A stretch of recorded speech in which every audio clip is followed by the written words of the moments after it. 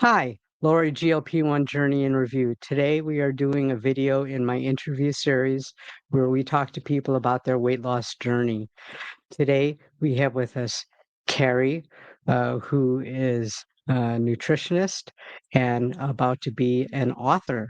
So we're going to talk about all that along with being a GLP-1 user. So we'll talk about all of that. Uh, I want to remind everybody that I am not a healthcare provider. My guest is not a healthcare provider. This is not medical advice. This is just what works for us. And if you are planning on going on a weight loss journey, I strongly suggest that you talk to your healthcare provider. So, Carrie, why don't you tell us a little something about yourself? Yeah, hi, Lori. Hi, everyone. Well, I am a nutritionist, but as Lori said, I'm not your nutritionist. But I'm very much an open book about my journey and about talking, especially about nutrition and while on a GLP-1, because I think it's really, really important. Hmm. And I think it's a really great opportunity to turn around your health and maybe manage symptoms. And that's kind of what I did. I'm 50 years old, and I have had a history of chronic health issues. Hmm. Obesity was not one of them, incidentally, but I did have PCOS, and so it was harder to manage my weight, I felt like as I was growing up. And that's probably one of the reasons that I got into, interested in nutrition was I was struggling with health issues. And that's been about a 20-year journey. It's been a second career for me. And then, so I felt like I kind of had things under control. And then I hit like 45 years old. And that was pretty much right when the pandemic started. And so I stopped going to the gym. And then obviously, like we all gained some weight during COVID, just being home. I mean, many of us did. But then mine started to accelerate. And I also had other perimenopausal related symptoms like more increasing migraine frequency, more like joint pains, and then the weight gain. And I heard a podcast. I'd kind of heard about GLP-1s, obviously, like being in Hmm. nutrition, but I heard a lot of the fear around GLP-1s, a lot of that conversation in like 2023, 2024 about, I mean, everything from the pancreatitis to the um, stomach paralysis, just there would just seem like there was a lot of fear mongering around it. And listening to respected health professionals, I bought into that and I just said, no way. I have a history of thyroid cancer. I had my thyroid removed. So when I heard that, when now we know that it's a lot more um like that risk is a lot less serious, I would say, of thyroid cancer specifically. And it's especially if you had a history of this very rare thyroid cancer. But again, in 2023, 2024, I just heard thyroid cancer. Okay, so I was like, okay, well, that's out for me because I have a history of it. Um, anyways, in 20 early 2025, so not that long ago, um, I heard a podcast about more like microdosing, I guess, GLP-1s to help Hmm. manage some of these symptoms, specifically of perimenopause. So that was like, I was real intrigued by that, and specifically about migraines. I have my little kitty here. He's probably going to say hi. Um, so that is really what prompted me to talk to my doctor, and I had no idea what he was going to say. I thought it could Hmm. either be from A to Z that he would say, absolutely not, history of thyroid cancer, no history of obesity, or, to my complete surprise, he said, I think this might be a good option for you. And that was just about 6 months ago. So that was early February or mid-February 2025. Hmm. So that time period, it was very easy to get compounded versions. I know it's still possible, but it was even easier early in 2025. So literally, he had a pharmacy that he trusted. called in the prescription, and it was at my doorstep, 2 days later. Um, Uh, and that was kinda how which it one got did you started. use? So he prescribed me the compounded tirzepatide, and that is still Mhm, what I'm using today. mhm. Um, quick question, backtracking. Nutritionist, dietitian, what's the difference? Yeah, so there is a difference. A dietitian is, I would say, more regulated by the system, quote unquote. Mhm, A nutritionist is much more of a loose term. I mean, I did go to a school, I got mhm, a certificate.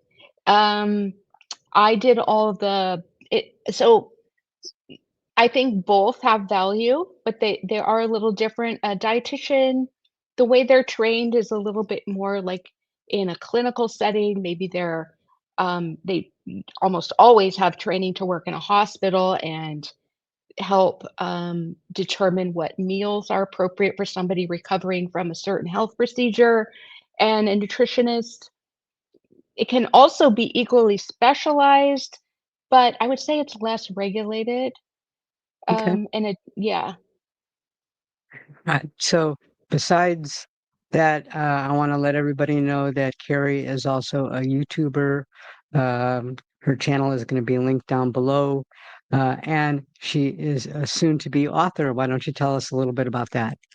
Okay, thanks. Yeah. And I do have 2 cookbooks that I did and I think they're a few years old now, but because my career trajectory has been I went back to school, I would say in my early 30s. That's when I started getting really interested in nutrition. That's when I finally like the light bulb went on for me as far as like what you eat can impact how you feel. And maybe people are like, "Yeah, duh." But for me, I never had that connection. I grew up, like mostly in the 80s. I was eating a lot of packaged foods. My parents Mhm, had a lot of like financial issues, so we were just eating my sister and I were eating what we could find, essentially, a lot of packaged foods, and I think that is probably what led me to have a lot of health issues, and so, um, when I started getting interested in nutrition, uh, that was when blogging kind of was getting started. mhm, So I started blogging and I started blogging about my health journey and I still have my website today. Now I call it more like a website as a blog. It just sounds a little bit more professional. But it's a food blog. It's called Clean Eating Kitchen. And I also have health articles just like as I've learned stuff along the way, because I would say that my specialty is women's health issues. So like the autoimmune disease, PCOS, perimenopause. Now I'm really trying to be open about my journey on a GLP-1 because I feel like it's an opportunity for me to help educate. I ended up getting my master's degree in public health as well, and so I have kind of like a public health interest in trying to help educate and so I mean, for anywhere from doing interviews like this, which I really appreciate the invitation, to meeting neighbors on the street. If I have the opportunity to talk about GLP-1 and talk about what an amazing breakthrough it is mhm, and how just fantastic, what a great opportunity it is, and what a great medication it is, I'm going to do it. So anyways, going back to my book. So, I do have 2 cookbooks, and one's a Instant Pot meal prep cookbook. So if I don't know if like, do you use a pressure cooker, Lori? Like a lot of yes, I people do. don't. Okay, good, because I would say it's still not widely adopted. Because like, my mother's and grandmother's time period, pressure cookers were really scary. They So were. it's only been really with the introduction of the electric pressure cooker where I think it's been widely adopted, and I use mine every single day. I use it to meal prep essentially, so it's just Mhm, like one appliance that can run on its own. So I think it makes healthy food prepping really easy. Anyway, so that my first cookbook was the Healthy Meal Prep Instant Pot cookbook. And then I have another 30-minute cookbook, and those are both published by a publisher. And then I was like, okay, I've done the cookbook thing. It was a lot of work. I never want to do one again, although I might. Um, but then when I started my GLP-1 journey, I saw, and I continue to see a lot of, so like if you started GLP-1 but you've never really cooked before, Mhm. it kind of now is a great opportunity to start cooking at home because the research really does show that cooking at home, preparing your own meals at home leads to better health outcomes. So if you don't know how to Mhm. cook, now is a great opportunity to learn. And it doesn't have to be super fancy. Like I am really about basics, especially as somebody who continues to have like migraines and chronic fatigue. I don't spend hours of the day in the kitchen, but when I do feel good and I have energy, I'm gonna prep some food. So the next day or so, I've already have food prepared. And that is like my number one piece of advice is having healthy food ready to go. So you got to do some planning. So, anyways, I have seen, I don't want to say mistakes. It's not mistakes because I think eating something is better than eating nothing.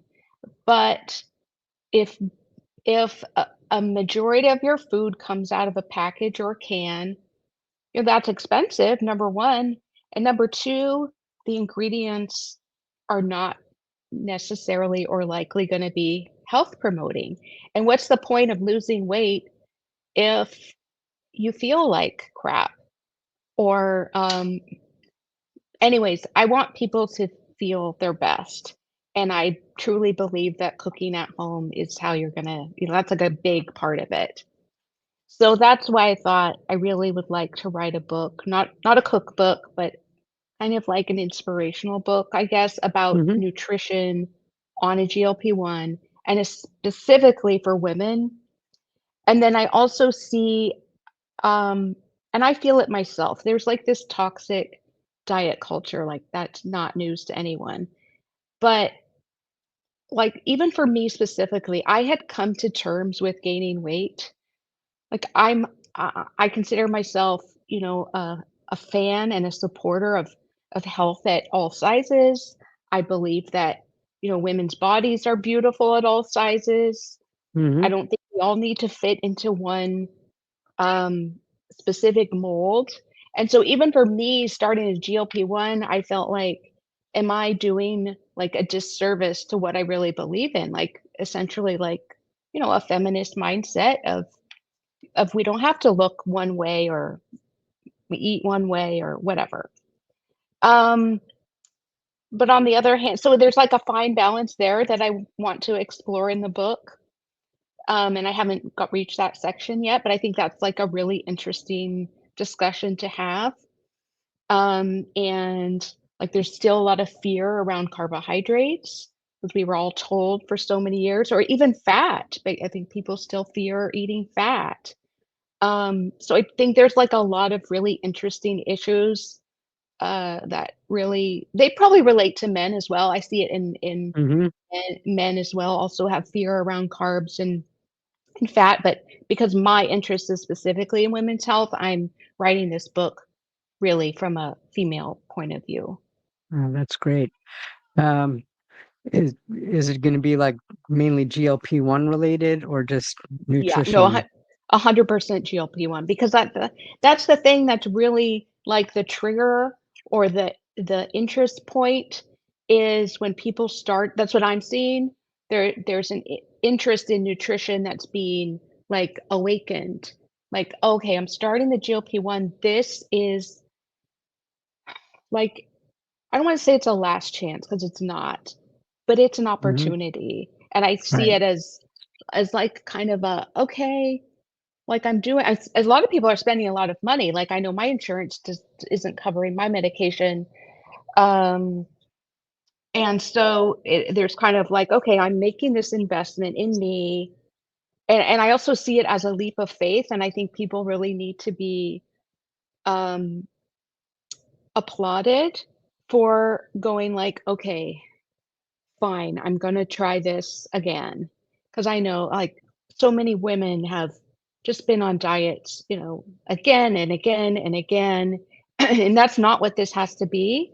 Like, a Mhm. GLP-1 does not have to be yet another diet, but it can be just ki it can be a new chapter, or it can be another chapter, and change can really happen, but change is really scary, and that's why I think, like, your channel and so like, books and interviews and social media, all of us coming together and supporting each other, Right, because it's like a big leap of faith, and then if you're losing I mean, if you're losing anywhere from, more than 30 pounds or 50 pounds or 100 pounds, that is a huge I think it's a huge change. There's so many aspects that go into it.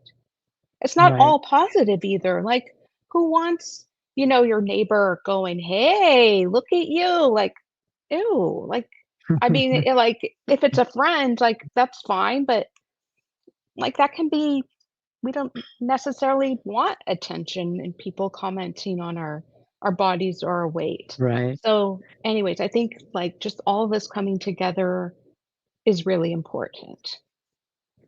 Now, when you started your GLP-1, was weight a factor at all, or was it just for other medical reasons?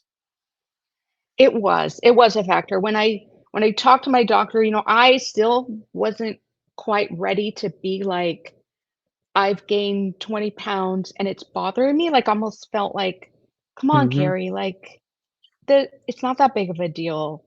Um, but it was because my blood sugar markers were becoming off, and I Mhm. could feel it. I could feel myself hungry between Right. meals. Yeah, even after a nice balanced meal, like, I could feel something was off. But I didn't wanna make it a bigger deal than it was. Like, I didn't wanna be like, "Oh, I gained 20 pounds, eh." Because I thought I was kind of, like, accepting of my body the way it was, and I was. But then so when I brought it up to my doctor, I was like, "Oh, I heard it can help with migraines." And he's like, "Well, maybe. There's really not Mhm. a lot of research on that." But he said, "Let's be clear, this is a weight loss drug." So I was like, "Okay." So he said, the weight loss is what you need to track the most." Um, so I've lost almost all the weight I want to lose. So I'm Okay. starting to kind of like stretch out um my doses. Um, but, yeah, I had gained weight, and I was interested in losing it, but I didn't have a ton to lose. So, how has it affected your hormones and your perimenopause and all that? Yeah, I would say that overall, I'm very, very pleased with it, but Mhm. managing the side effects for me has been challenging, especially with the migraines, because for me, headache is a side effect. So it's like if I get a headache from the medication and I'm trying to reduce migraines, like for me, there's a very fine line between a headache that maybe goes away after a day, or it transitions into a migraine with like pounding, horrible pain where I'm debilitated. And I do have medication, but I have to kind of like be careful how often I take Right. it. Um, but overall, I would say the medication has been really great, and I did follow-up labs about 4 months after I started, and my fasting insulin had come down. My A1C had come down a little bit, which is a Oh, great. 3-month measure of blood sugar. So I Mhm. could see, and then, I mean, just truth be told, I do feel, like, more comfortable in my skin. Like, I'm like, "Okay, this is the body that I recognize, that I feel comfortable in, that, um, just feels like myself without being, like, too, I don't know, like, too focused on weight." Mhm. No, that's it. Is there any type of food, seeing that you're a food expert that could help with these side effects?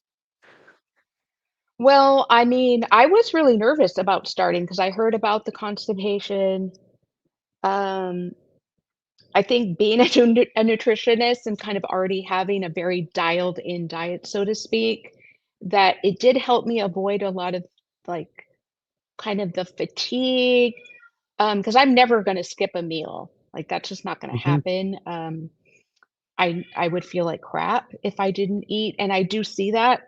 I think a lot of Yep. women are not eating enough and then are experiencing fatigue and are experiencing, and then if like weight loss is too fast, like the hair loss is inevitable, really. Like that is a sign of your body under stress. I mean, really, like a female body under stress is like you're going to see symptoms if you're premenopausal. You can lose your cycle. We don't want that. You don't want to start having hot flashes when you're in your 30s. So Nope. like our bodies are very like they really tell us when something's off. It can be frustrating when you can't get to the root cause of it. Like with my migraines, I just keep like digging and digging and digging. Um, but let's see. So I was very focused on fiber, but I really try to get fiber from real food sources. I think there are some good supplements.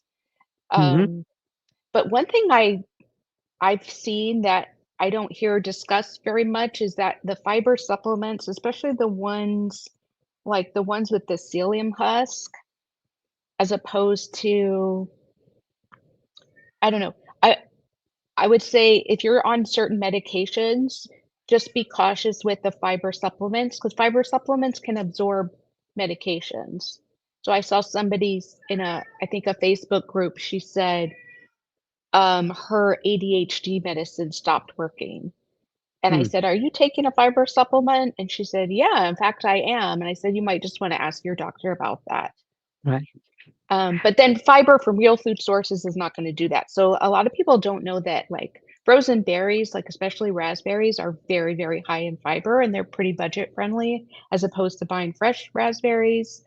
Um, so trying to get fiber from real food sources, meaning fruits and vegetables, is a really, or beans or whole grains if you tolerate them, I think is a really great way to avoid the constipation because I see that a lot in people taking GLP-1s and like that's no fun and actually can be Mhm. dangerous.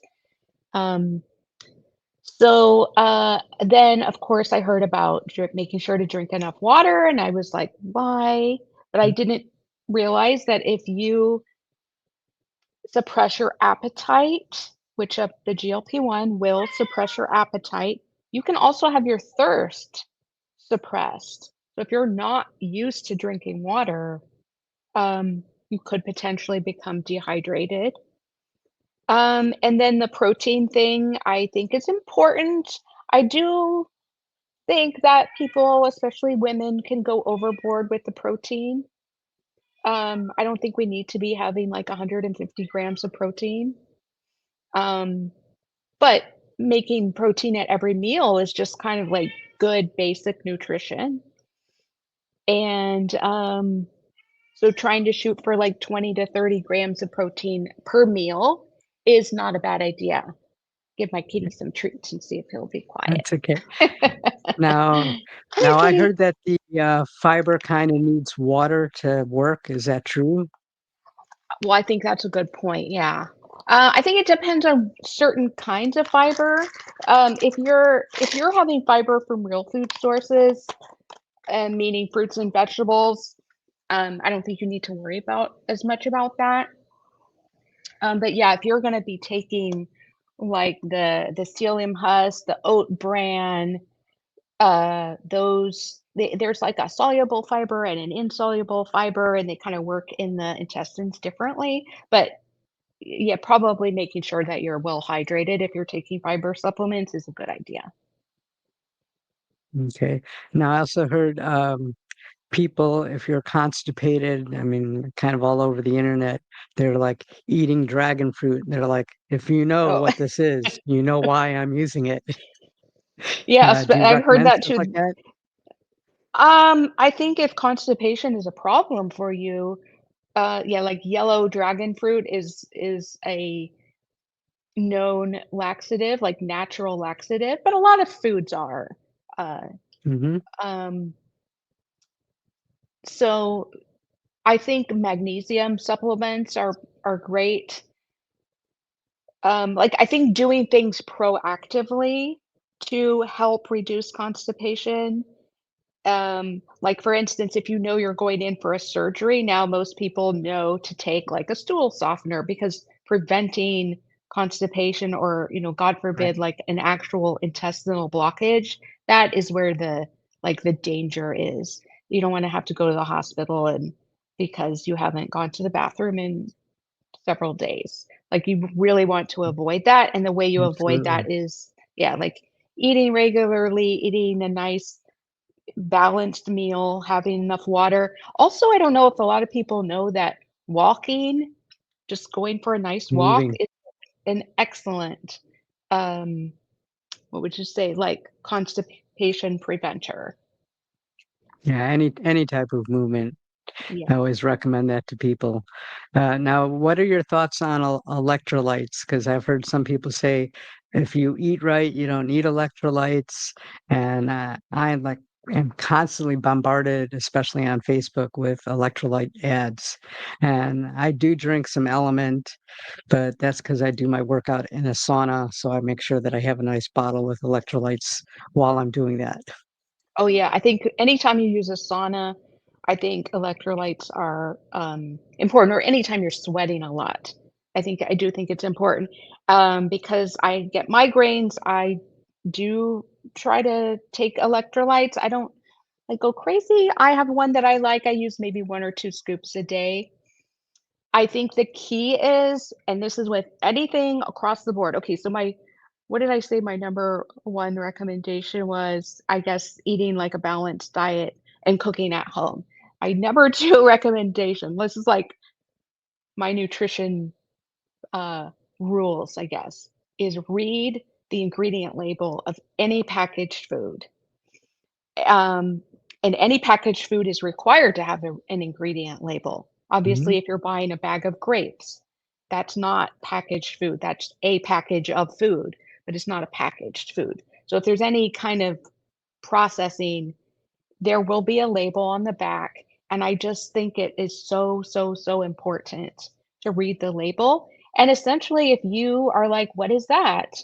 Then that is a red flag, and then there's lots of ways, like, you can just put it into ChatGPT or just Google an ingredient and just see what it is so you know what it is. I mean, and you could even put in, like, "Is citric acid bad?"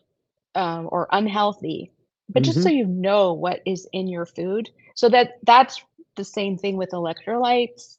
I think that there's like with any packaged food or supplement, I'm not sure how they classify it, might be counted as a supplement, but there's going to be from A to Z, from something that's really health promoting and great to total absolute crap. I mean, I have seen some electrolytes that have like these food dyes, or just, I mean, they're really questionable ingredients as to whether you would really want to put that in your body. My next question, speaking of labels, now when we go out to dinner or even to a fast food place, which I don't do, but we'll use McDonald's for example, they have their calorie count on there. And I have seen people go, oh, the quarter pounder with cheese, fries, and soda, oh, that's, 1,500 calories. That's it. I just won't eat for the rest of the day. Good that Mhm. they have the calories, bad that they're skipping meals. What's your opinion on stuff like that? Yeah, I mean, I would think on a GLP-1, it would be very difficult to eat that much in one sitting. I mean, really, I mean, that's kind of where some of the benefits of the medication is coming in that, I mean, I know I couldn't, I would feel really, really sick. I'd probably throw up, to be honest. I'd be so sick.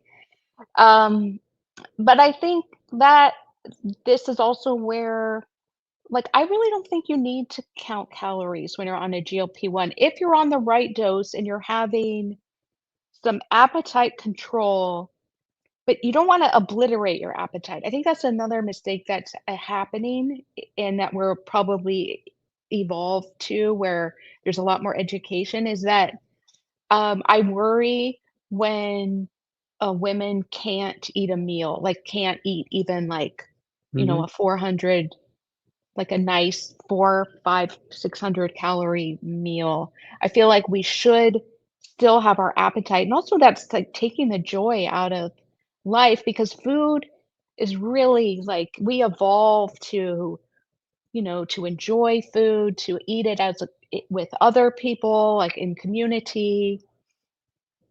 Um, so, yeah, I mean, I would say that I also believe in, like, the 80/20 rule, so I wouldn't say, like, don't ever go to McDonald's, but 80/20 rule means 80% of the time in my in my book, you're eating, like, something that you've prepared. 20% of the time, you can do whatever you want. So let's say that that McDonald's meal is part of your 20%.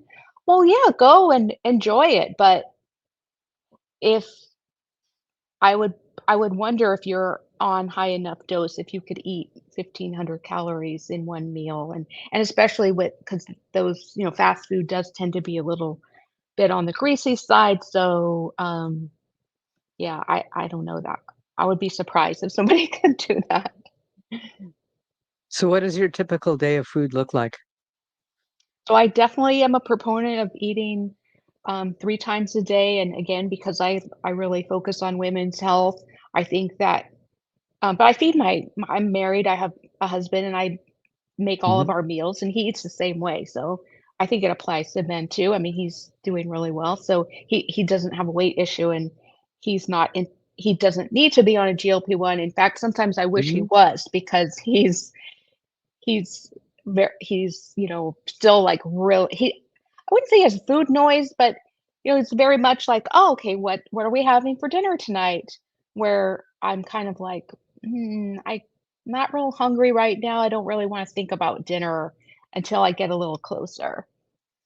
But I believe in 3 meals a day, if possible, even if that first meal is a small meal. I think it's just supportive of, like, our hormones, and not even just, like, our reproductive hormones or our life hormones like estrogen, but I think it's also important for, like, our blood sugar, our stress hormones, that we have something to eat early in the day, if possible, even if it's something small, but something with protein, maybe some, like, even something like a yogurt bowl with berries. I personally make a green smoothie, so it's like a fruit smoothie with protein powder, and I do some steamed greens, because I'm not a big fan of eating, like, a lot of, like, spinach or kale, so I do that in a smoothie. And then I can add, like, I don't know, like, if you wanna put a fiber supplement in there, or you can just add a lot of things to a smoothie and kind of hide them. So it's been, like, a trick for me to eat Mhm. healthy, or to get kinda, quote, unquote, "healthy foods" into my body. Um And I also think if you're gonna have caffeine in the morning, it's nice to have something in your stomach first that just kinda helps, like, it helps the cortisol, which is, like, our stress hormone, from, I think it kinda blunts it a little bit. Uh, so that's just something that I think is a good idea. In other words, not having coffee on an empty stomach. And then I personally don't really snack a lot, maybe in the afternoon. I can't eat any dairy, so I have to really work to get my protein. So then I'll have a salad with lunch, but always with some kind of a lean protein, like turkey or chicken. Um, and then I always have some dark chocolate as, like, a dessert.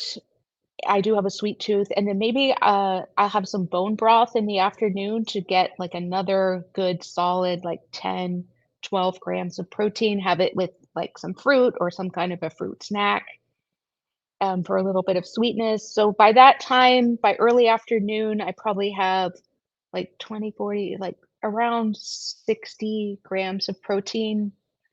Mhm. And that's really the only thing that I'm tracking. And it's just a very loose kind of tracking. I don't keep like a food log or anything like that. Definitely don't count calories. And then, I mean, people can, but to me, that seems so tedious and kind of diet culture-y. But I totally understand if people want to do that, but that just doesn't work for me. And then dinner, I will have another like protein. Like I love to use the crock pot or the instant pot, and I'll usually prepare something early in the day. So I'll just throw like a roast and a ton of vegetables into the crock pot. And so it's, I mean, literally, that's what I do. I throw it in and add a little broth and then maybe some seasoning. And then I'll cook on the side, like maybe some potatoes or some rice. If I make rice, I'll cook it in bone broth to get a little bit more protein. And so then that's like another 20, 25 grams of protein. And then I might have a little something sweet after dinner. And that's pretty much it, and then I just basically do that every day, and then because I have a Mhm. household of 2, we have a lot of leftovers, so I'm really cooking maybe 2 to 3 times a week, and that's another thing that I really wanna do with my book. And by the way, I'm probably gonna be self-publishing my book because I have Yep. discovered even as a published author, I don't know if there's any authors in the audience, but if there are, like, I have had a big wake-up call as far as the publishing industry. Like, to get a book deal is essentially like, saying, "I'm gonna go to Hollywood and write a movie or star in a movie." The Mhm. publishing industry is very, very difficult and I would say a little bit old-fashioned. So, self-publishing is a way to actually get your book out and not in a 3-year time span. Um, Mhm.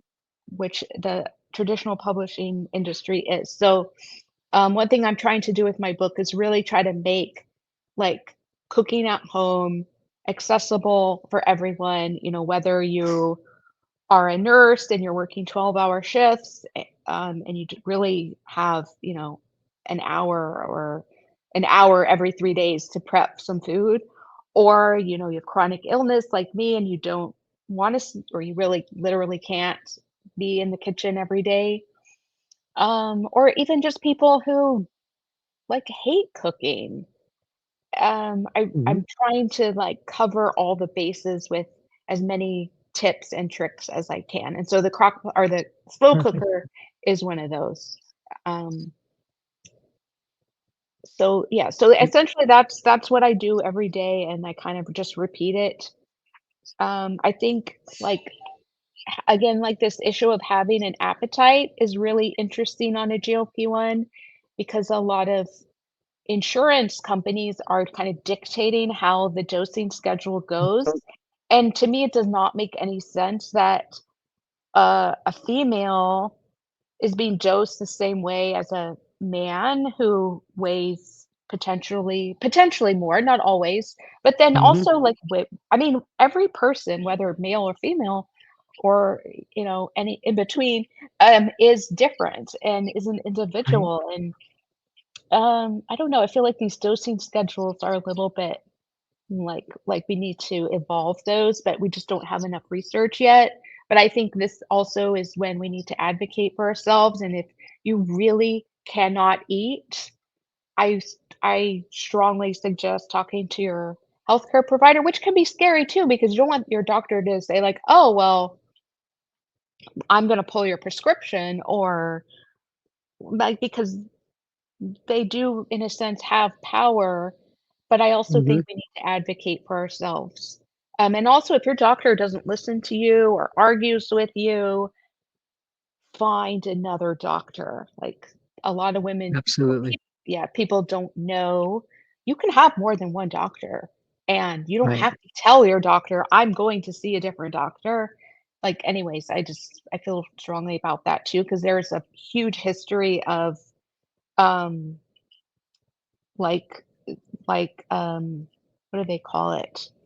Medical, gender discrimination, like, within Mhm. the health industry about, like, especially women being underserved, being called hysterical when having chronic pain or being ignored or being brushed off. And so we really have to advocate for ourselves. And so my point is, if you don't have an appetite, um, I think that there is the potential that you're having too high of a dose because we really should go into each like 3 meals a day, or maybe, if you can do some more activity, whatever that is, even like you can go on YouTube and look for chair exercise. And my wife does that. Yeah, and I mean, it's great. Like when if I have a migraine, I mean, even like because I'll get pain in my neck, even lifting my arms is painful. So maybe I'm just gonna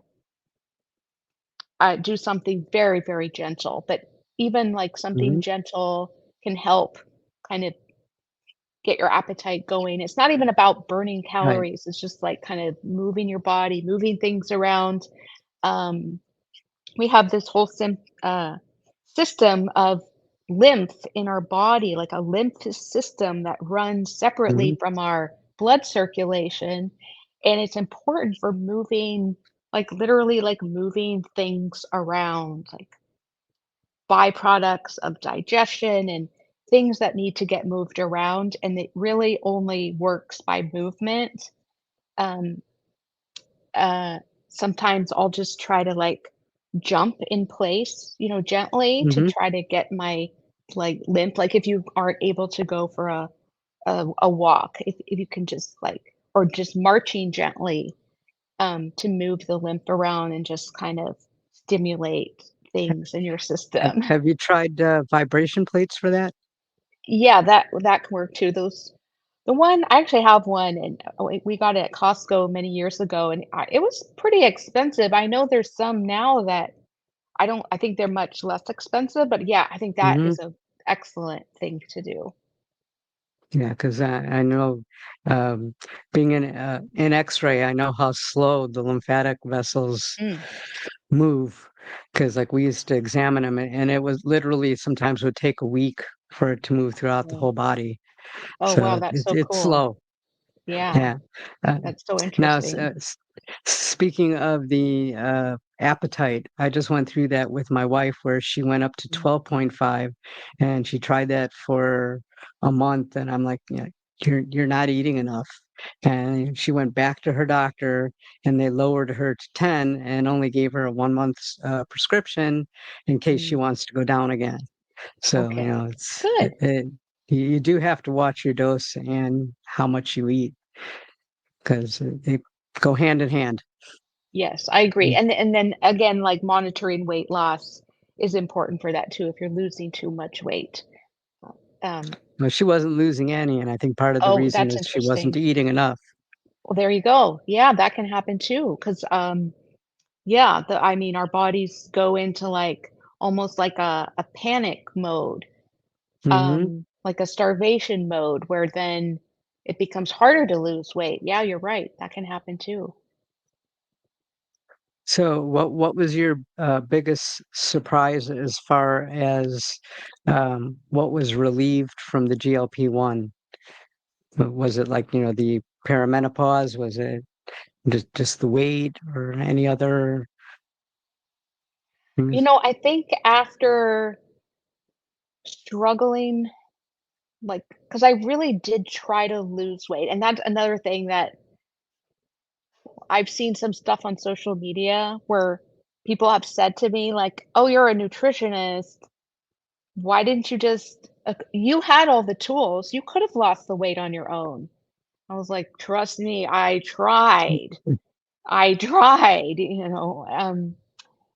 and so it just felt so, I guess, like a relief, and it I hate saying like, "Oh, it's so great to lose weight." Um, But when you really are trying because you don't feel comfortable in your skin and things are off, and it's not just a vanity thing. And then just actually see, 'cause and that's the other thing is I really don't think that, like, GLP-1 is cheating because, Mhm. like, I feel like all of us are working really hard. I mean, for some people, yeah, they're not. They're just sticking with maybe some potentially unhealthy habits. I've seen that too, but whatever. We're all on our own journeys. But I Right. firmly, firmly, firmly believe it's not cheating because I did notice pretty quickly after I started that I felt like I had less joint pain. And then the less joint pain made me feel like I'm gonna add I'm gonna go a little bit further on my walk today, or I'm gonna go on Mhm. another walk today. And so then like these little kind of things just started happening that contributed to Right. easier weight loss. Or That's great. yeah, like even like maybe some comfort eating, like when I would say like, "Oh, I'm having a really bad day. I'm gonna have I'm gonna reach for something when I'm not really hungry." The GLP-1 is kind of like I'm less likely to like emotionally eat. Mhm. Um, but that's kind of interesting too because if we're used to relying on food for comfort and then the food isn't providing that anymore, it's like we need to do other things to make Right. sure we're like emotionally healthy. So I had been meditating, but I would say I'm more consistent with maybe like just some more self-care, because I'm not going to get my comfort from food right now. I'm on a GLP-1. So I've got to find other ways to take care of myself. And like if I'm feeling sad, I need to find a healthier outlet, I guess, to manage my emotions. So that's been interesting and probably overall like healthy for me to do. What is your feeling on processed foods? I know some people are still eating stuff right out of the freezer.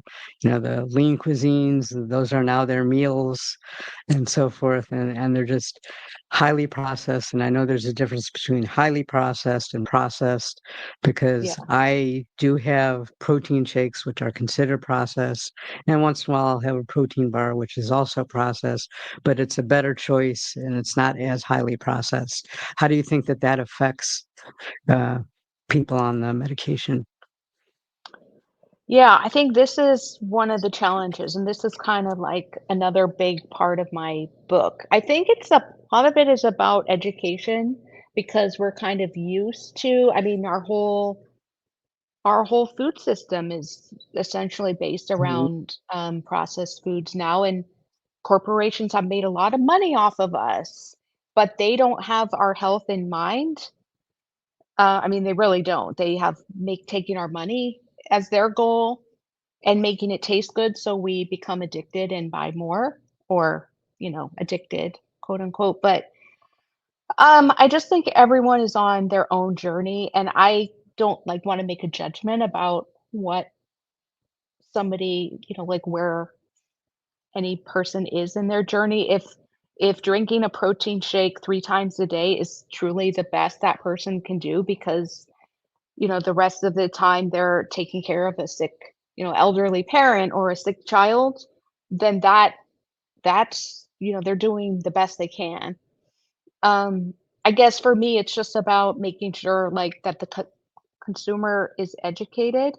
So if somebody thinks that um, a certain protein shake is a healthy food and they think that it's like really the best thing they could be doing, I just would say, well, let's look at the ingredients because there are some protein shakes and Mhm. protein bars. I mean, I use them as well. Generally, I make my own shake, but I do. There's some great bars out there. I mean, look at the ingredients and they're perfect. I mean, they're great. Not perfect. I mean, when I try not to like say foods are good or bad, but anyways, I just think it's about education and, a lot of those foods are quite expensive too, and you could save money by making things yourself. But of Mhm. course, that takes time. So, yeah, I would just say read the label, and it just goes back to, like, if you recognize those ingredients. Also, women suffer from autoimmune disease. I have, like, a huge percentage more than men, and a lot of autoimmune disease, if you track it back, not necessarily, like, reversing it, but managing symptoms, like, say, like, autoimmune thyroid disease is super, super common, and a lot of that, can be managed with diet and, like, say, a gluten-free diet can help certain autoimmune conditions, but if you don't know that the food that you're eating, contains a certain ingredient that you personally would benefit from avoiding, then you don't know that. But if you do know that, then you can avoid certain ingredients, then maybe your symptoms can be managed or, you can cut back on a certain medication.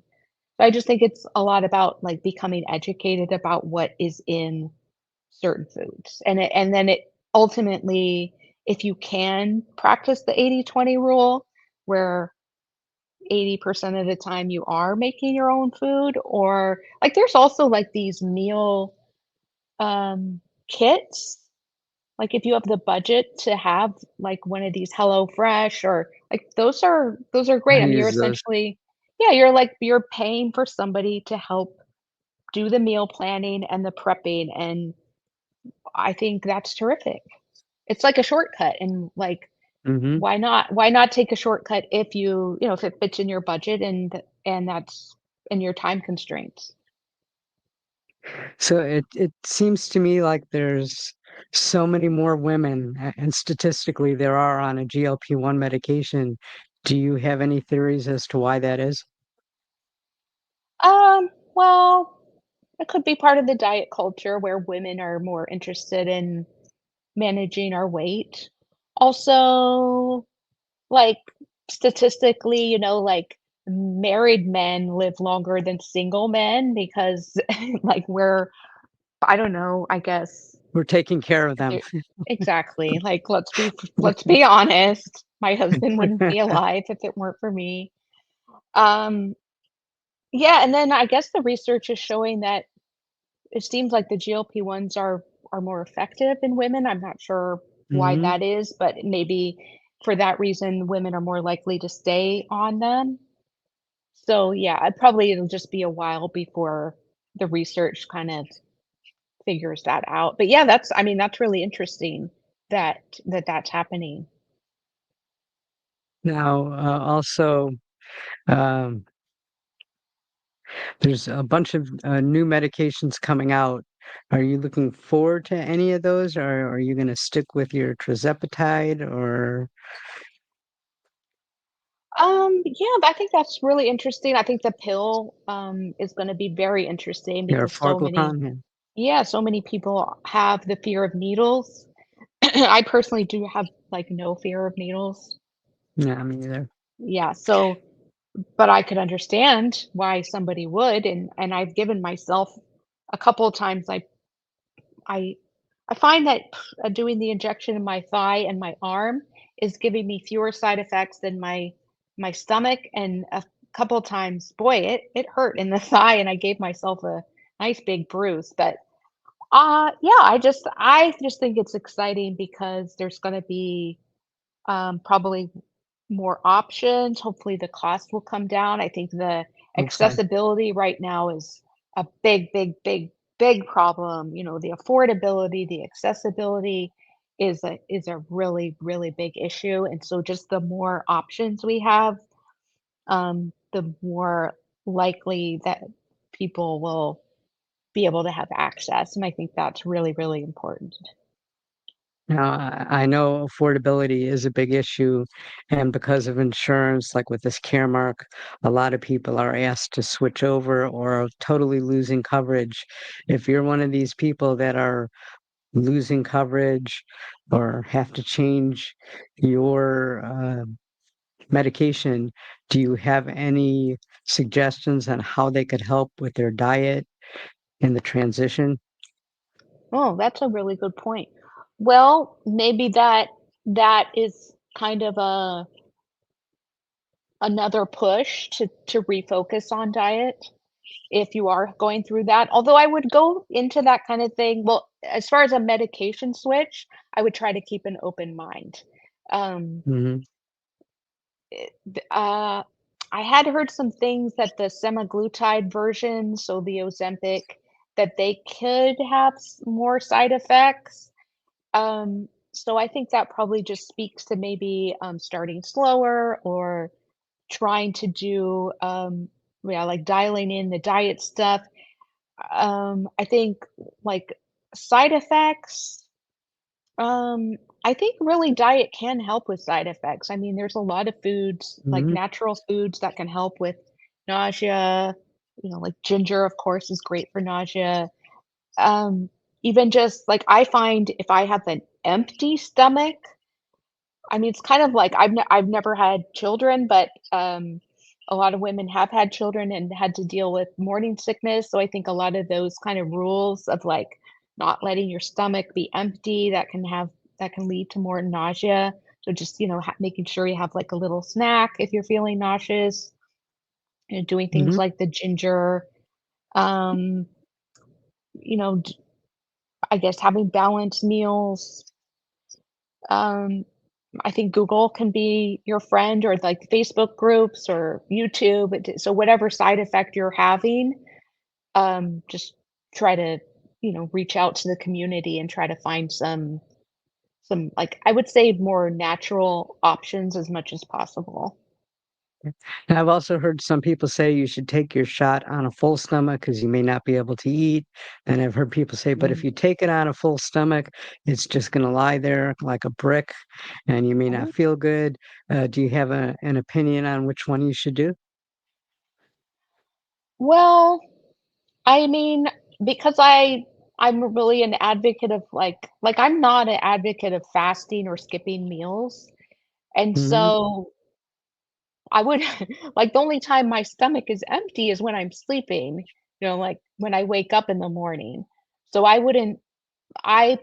would personally would not just wake up and take my injection because I'm gonna be, like, preparing my breakfast, and then I would probably take my injection. I think it's probably, like, individual experience in that regard. Okay. I don't want to keep you all day. So do you have any finishing remarks you want to say? Um, well, I'm grateful for you for doing your channel. I think you're covering Thank you. so many great topics. And I think this GLP-1 community is maybe that's another one of the unexpected bonuses is how amazing this community is. It is. Um, like so many interesting people, so many people from like all walks of life, all medical histories, um, so supportive of each other. And, so I would say, like, if you're new or you're struggling, that this community is here for you. So utilize it. I've learned so much, and um, Mhm. so I would say use it and ask people and find mentors. There's people all around who are wanting to help and share their experiences. Um, and I'm trying to be a part of that community too. I want to thank you. All of your links will be linked below. If any of you want to be interviewed, because I want to talk to all kinds of people on GLP-1 or not on GLP-1 and losing weight, I think we could all learn a lot from it. You could leave me a comment or you could email me at glp1journeyandreview@yahoo.com. Or my personal email is on my page. Um, so I'd like to hear from you. And again, I want to thank Carrie. And as she gets her book out, maybe she'll come back and tell us when it's out and get us the links and all that kind of stuff. It's been a pleasure. Thank you. Thank you so much. That Uh, would be really fun. I look forward to it. Okay, great.